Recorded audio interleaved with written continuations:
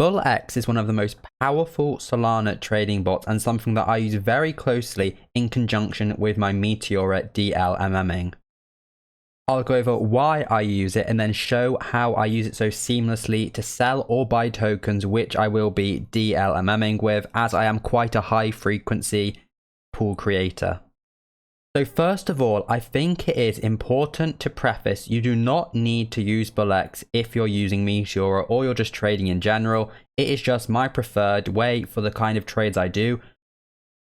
My other preferred platform is of course Jupiter, and this is very useful for trading tokens, and I also use this a lot. But you can run into a few issues such as slippage not quite working to your favor, and sometimes transactions are very slow to go through and you get very unfavorable prices. If I am picking a very highly volatile meme coin such as Pachita, but even something more volatile, this doesn't move a lot, but something that fluctuates 20% in a single minute, I would have to go onto Jupiter. I might not even be able to search for the token, as when I search it, tons come up. I don't know which is the real one. You have to get the ticker, but all of that is done automatically in BullX, and I can get very unfavorable trades. Very often my trade won't even go through for a few minutes, and I can lose out on a lot of money this way. So that's kind of why I like to use BullX for this stuff.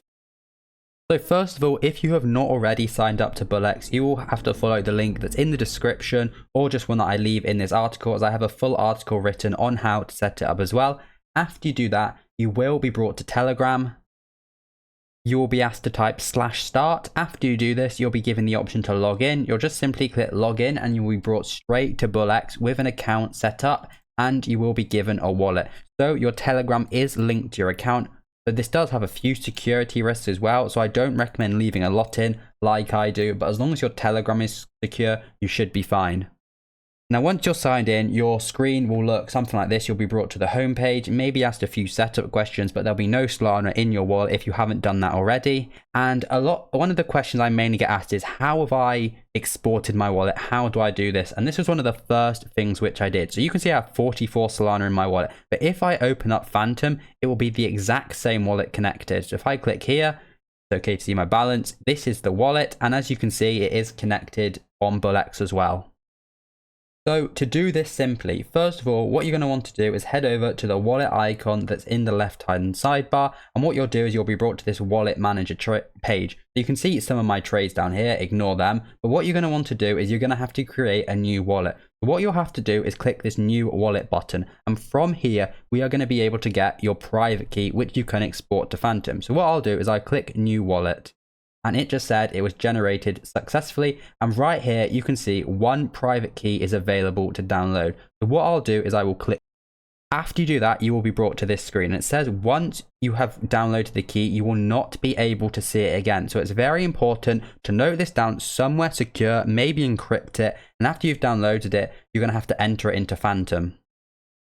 So once you've opened up your Phantom, it's very simple. If you haven't added a private wallet before, you're going to just click the add connect wallet. You're going to see this import private key. Click there, give it a name. I called it BullX, but call it whatever you want, and you're going to paste the private key there, and that wallet is now linked to this Phantom account.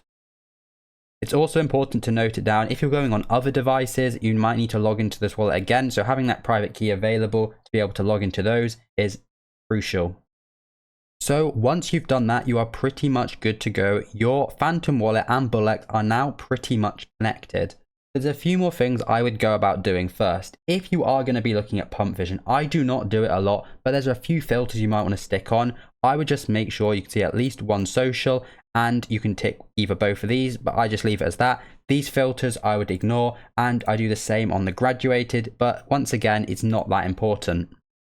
Next is moving on to the tokens, which we'll most likely be buying or we will be pooling in my case. So what you do is most of the time you'll be able to search for the exact token, and the majority of time you're going to be using the top market cap token. This will be the correct one. You won't have to paste in the ticker, the CA. I can click on that and I'm brought to a token which I might want to trade.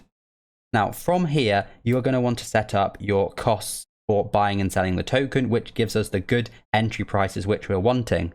So you'll see right here, you can have some settings, some buy and sell settings. Now you are able to make different profiles for this and filter between them, but I don't normally do this as I'm not a super high frequency actual trader. What you'll want to do is you'll want to see this gas area, And I, as default, leave it as 0.001 and 0.001 right here. I have buy MEV protection enabled, and I put the slippage at about 30%. It doesn't normally get all used, but these tokens can be so volatile, and you don't want to miss an entry just because it was too low. So this token is a bit more volatile. It goes up 10% within the same few minutes. So what happens is sometimes a token will have crazy volatility at one point. And if this happens, what I will do is I will just very quickly up these to a number which gives me the ability to buy quickly.